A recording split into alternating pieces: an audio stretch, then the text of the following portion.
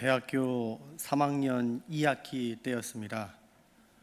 가을 바람이 불고 남한강이 환하게 보이는 저희 학교 캠퍼스에서 한 자매가 눈에 들어오기 시작했습니다. 제 기억으로는 당시 캠퍼스에서 가장 아름다운 자매였고 주위의 친구들의 전폭적인 지지가 있었습니다. 그래서 잘 될 것이라고 생각했습니다.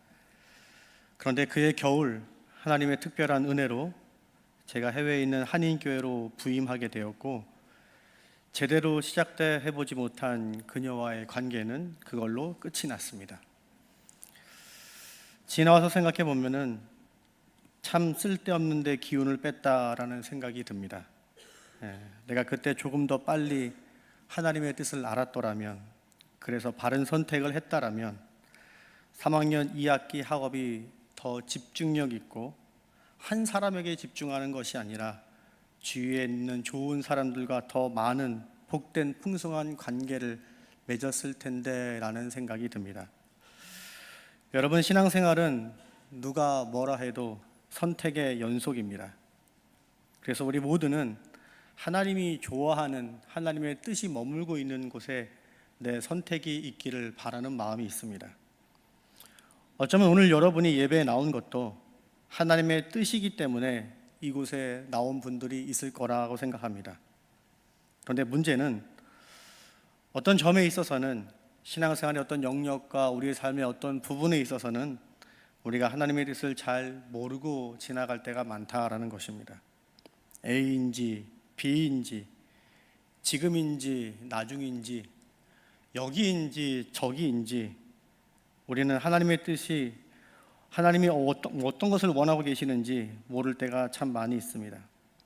그래서 때로는 잘못된 선택을 하고 그 선택 때문에 허무하게 시간을 보내기도 하고, 또 그 선택 때문에 흔히 말하는 우리 인생의 흑역사를 만들기도 합니다. 그런 면에서 본다면은 우리는 성경에 나오는 인물들이 참 부럽기 짝이 없습니다. 특별히 예수님의 제자들은 신앙생활 하기에 참 편했겠다라는 생각이 듭니다. 바로 옆에 예수님이 계시니까 모르는 것이 있으면 물어볼 수 있겠죠. 어딜 가도 되는지 말아야 되는지, 이 사람을 만나야 되는지 말아야 되는지 옆에 계신 주님께 물어볼 수 있어서 어떤 결정을 할 때 제자들은 참 편했겠다라는 생각이 듭니다. 예수님은 제자들의 행동에 대해서 명확하게 대답해 주셨습니다. 베드로와 같은 경우는 괜히 예수님께 죽으면 안 된다라고 이야기했다가 예수님이 진짜 화가 나셔서 이 사탄아 내 뒤로 물러가라 라고 말씀해 주셨습니다. 베드로는 그 말을 들을 때는 분명 욕을 먹는 것이 굉장히 기분이 나빴겠지만 한편으로는 이건 아니구나 라고 예수님의 뜻을, 또 스승의 뜻을 알 수 있어서 주님의 뜻을 분별할 수 있다는 측면에서 제자들의 삶은 참 복되었다라는 생각이 듭니다. 그런데 참 애석한 것은 오늘날 우리에게는 우리의 선택과 결정에 대해서 조언을 구할 수 있는 사람, 우리에게 조언을 해줄 수 있는 사람이 없다라는 것입니다. 예수님의 제자들처럼 시기적절하게 이럴 때는 이렇게 해라, 저럴 때는 저렇게 해라, 그렇게 가르쳐줄 사람이 있으면 참 좋을 텐데 그게 없으니까 신앙생활을 하면서 자충우돌하고 힘들어할 때가 참 많이 있다는 것입니다. 예수님이 바로 옆에 있었던 제자들보다 훨씬 더 힘들고 어려운 신앙생활을 우리는 하고 있다는 것이죠. 그러면 여러분 한번 생각해 봐야 될 것이 있습니다. 과연 예수님 바로 옆에 있었던 제자들은 어땠을까요? 예수님의 육성을 듣고 예수님의 몸을 만질 수 있었던 그 제자들의 신앙생활은 정말 신앙생활을 잘 하였을까요? 정말 예수님의 뜻대로 잘 살았을까요? 예수님의 육체를 직접 보았던 사람들이기 때문에 그 누구보다 멋진 삶을 제자들은 살았을까요? 결론부터 이야기하자면은 예수님의 제자들 역시 예수님의 뜻대로 살지 못했다라는 것입니다. 참 애석한 것은 예수님의 제자들은, 예수님을 바로 옆에서 지켜보았던 그 제자들은 오히려 예수님을 배반하고 예수님께 욕을 하고 그분을 따르지 않기로 작정하였습니다. 우리가 언뜻 생각하기에는 제자들은 예수님을 직접 볼 수 있었기 때문에 신앙생활을 더 잘했을 것이라고 생각을 하지만 전혀 반대로 제자들은 예수님의 뜻대로 살지 못했다라는 것입니다. 심지어 제자들 중 한 명은 예수님을 은 30에 팔아버리기도 하였습니다. 여러분, 제자들만 그런가요? 예수님 시대에 예수님과 함께하고 예수님의 몸을 만지고 예수님을 목격한 많은 사람들은 예수님을 따르기보다는 예수님의 반대편에 서 있었습니다. 바리새인과 서기관들은 예수님을 죽이려고 음모를 꾸몄고, 빌라도는 예수님께 사형 언도를 내렸고, 로마 군병들은 예수님을 십자가에 못 박았습니다.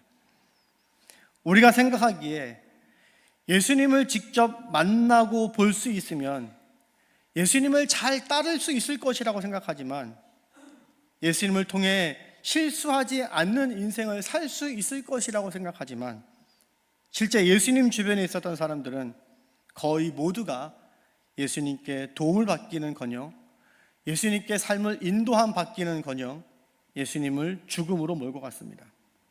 그렇다면 여러분, 결론은 너무나 분명합니다. 우리가 살아계신 예수님의 육체를 본다고 해서 결코 예수님을 잘 따를 수 있는 것이 아니라는 것입니다. 우리가 지금 예수님이 살고 있는 그 시대에 간다고 하더라도, 설령 예수님이 육체의 몸을 입고 이 땅 가운데 우리에게 오신다 하더라도 우리는 동일하게 그 예수님 주변에 있었던 사람들처럼 예수님을 따르고 예수님 편에 있는 것이 아니라, 그분의 뜻대로 살아가는 것이 아니라 우리도 똑같이 주님을 배반하고 주님께 십자가에 못 박는 데 동조하는 사람이 될 것이라는 것입니다. 예수님의 살아계신 육체를 보는 것 말고 무언가 다른 대안이 오늘 저와 여러분 가운데 있어야 된다는 것입니다. 그것이 있어야 예수님의 뜻을 분별할 수 있고, 우리 인생 가운데 하나님의 뜻이 무엇인지 그 하나님의 선한 인도함을 받을 수 있게 되는 것입니다. 그것이 무엇일까요? 우리 16절 말씀 같이 읽어보겠습니다. 시작.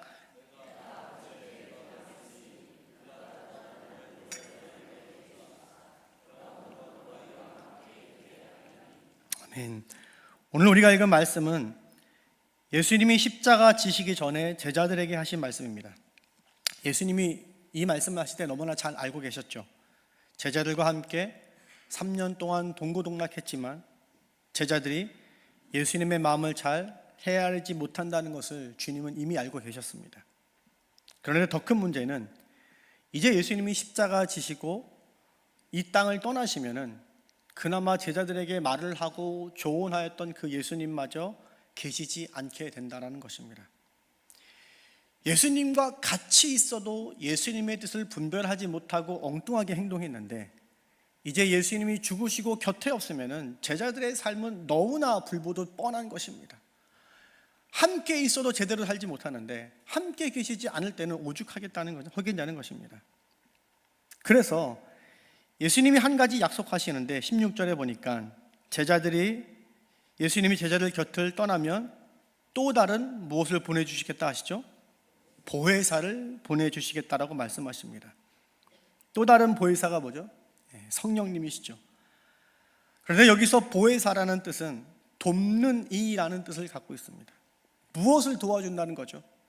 제자들이 무엇을 위해 살아야 되는지 가르쳐 주시고, 어떤 결정을 해야 되는지 시시때때로 말씀해 주시고 인도해 주시고, 때때로는 하나님을 증거할 수 있는 사랑과 힘을 그 성령께서 주시겠다라는 말씀입니다. 여러분, 가만히 보면은 제자들의 삶이 정말로 그랬습니다. 제자들은 살아계신 그 예수님의 육체의 몸을 입고 있는 그 예수님과 같이 있을 때는 신앙생활이 형편없었습니다. 예수님의 마음에 들게 하는 행동이 거의 없었습니다. 수제자 베드로도 걸핏하면 헛다리를 짚고 배신하고 예수님의 뜻이라고는 전혀 살펴볼 수 없는 그들의 삶이었습니다. 거의 눈뜬 장님 수준이었죠. 예수님과 같이 있기는 하지만 같이 있어도 같이 있는 것이 거의 아니었습니다. 그런데 예수님이 말씀하시는 보혜사 성령이 제자들과 베드로 안에 들어왔을 때는 베드로의 삶이 어떻게 변하게 되죠?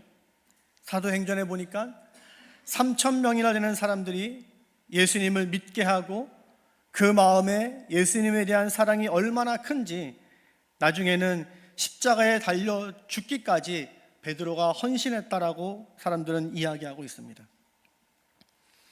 예수 같은 사람을 모른다고, 나 정말 모른다고 예수를 저주하면서 부인했던 사람이, 그렇게 예수님 마음을 모르던 사람이 성령이 그 마음 가운데 들어왔을 때 너무나 세밀하게 하나님의 뜻을 분별하는 사람이 되었다라는 것입니다.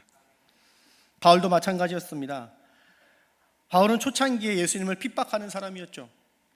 예수님을 믿는다고 하면은 붙잡고 옥에 가두고 끝까지 그 사람들을 찾아 쫓아다니는 사람이었습니다. 그래서 결국 스데반도 돌로 쳐 죽게 만들었습니다. 그런데 다메섹 도상에서 살아계신 그 예수님의 음성, 그 육신의 음성이 아니라 성령을 통한 그 하나님의 음성을 들었을 때 그 바울의 삶이 완전히 변하게 되었습니다. 예수님의 육성을 듣고 변한 것이 아니라 성령을 마음 가운데 모시고 성령의 인도함을 받을 때 바로 바울의 삶이 변하게 되었다는 것입니다. 그래서 한 번은 전도 여행을 갈 때 소아시아로 갈 계획이 있었는데 성령의 인도함을 받고 마게도냐로 전도의 일정을, 선교의 일정을 바꾸기도 했습니다. 사도행전을 읽다 보면은 이런 생각이 들 것입니다. 아니, 성령의 인도함을 받았기 때문에 당연히 행적을, 자기가 할 계획을 바꾸는 것은 당연한 거 아니야 라고 생각할지 모릅니다. 그런데 저와 여러분은 과연 그런가요? 우리 마음 가운데 어떤 계획함이 있을 때 하나님이 우리 가운데 찔림을 주어도 우리는 우리의 계획을 잘 바꾸지 않을 때가 참 많이 있습니다. 특별히 선교에 있어서, 전도에 있어서 그 행적을 바꾼다는 것은 굉장히 어려운 일입니다. 왜냐하면 복음 전도자나 선교자는 그 땅이나 그 민족에 대한 굉장한 애틋한 마음이 있기 때문입니다. 제가 아는 한 선교사님이 있습니다. 오래전에 이 선교사님이 네팔에서 사역할 때 아이가 둘이 있었는데 날씨가 추워져서 한 아이를 안고 한 아이는 방에다 불을 피워놓고 있었습니다. 그런데 깜빡 불을 피워놨다는 사실을 잊어버리고 오랫동안 아이를 그 방에다 두어두었습니다. 아이를 방에 두어놨던 생각이 들자 급하게 방에 찾아갔지만 아이는 질식해서 죽어 있었습니다. 그 선교사님 마음이 얼마나 아프고 자책이 되었을까요? 한국에 와서 마음을 치유하는 과정과 시간을 거쳤지만 마음에 여전히 죽은 자식이 있었겠죠. 그런데 참 대단한 것은 한국에서 마음을 치료하는 과정을 거치고 나서 이 선교사님이 다시 그 땅을 밟기로 도전을 합니다. 여러 가지 우여곡절 끝에 똑같이 네팔로는 가지 못하지만 가장 네팔과 비슷한 그 옆에 있는 방글라데시라는 나라로 가서 언어가 조금 비슷하고 생김새가 가장 비슷한 그 민족에 가서 지금도 열심히 사역하시는 저희 교단의 한 선교사님이 계십니다. 이번에 네팔로 갔을 때 몇십 년 전에 네팔에 있었던 그 사건을 네팔에 있는 선교사님도 여전히 잘 알고 계신다라는 이야기를 전해 들었습니다. 여러분, 한 지역에 복음을 전한다는 것은 그만큼 그 지역에 대한 애틋하고 애절한 마음이 있는 것입니다. 혈연까지 뚫고 가는 그 간절한 마음이 그 민족 가운데 있는 것입니다. 바울도 마찬가지였겠죠. 바울이 소아시아 지역에 대한 애틋한 마음이 있었을 것입니다. 그 마음을 누구도 꺾을 수 없었을 것입니다. 그런데 바울 안에 성령님이 찾아오셔서 다른 곳으로 가라고 지시하실 때 자신의 그 계획을 변경하고 마게도냐로 선교지를 변경하였습니다. 이것이 하룻밤 사이에 일어난 일입니다. 여러분, 바울은 성령의 인도함을 받는 사람이었습니다. 그렇다면 여러분, 우리는 생각해 봐야 합니다. 바울과 같이 그런 민감한 성령의 인도함을 받는 비결이 과연 무엇일까? 우리는 모두 다 하나님의 인도함을 받고 싶어 하는데 그렇게 세밀하게 친밀하게 하나님의 인도함을 받을 수 있는, 심지어 내 머릿속에 가득 차 있는 그것까지 뚫고 들어가서 성령의 인도함을 받을 수 있는 비결이 무엇일까라는 것입니다. 우리 15절과 21절 두 절 말씀 읽어보겠습니다. 시작.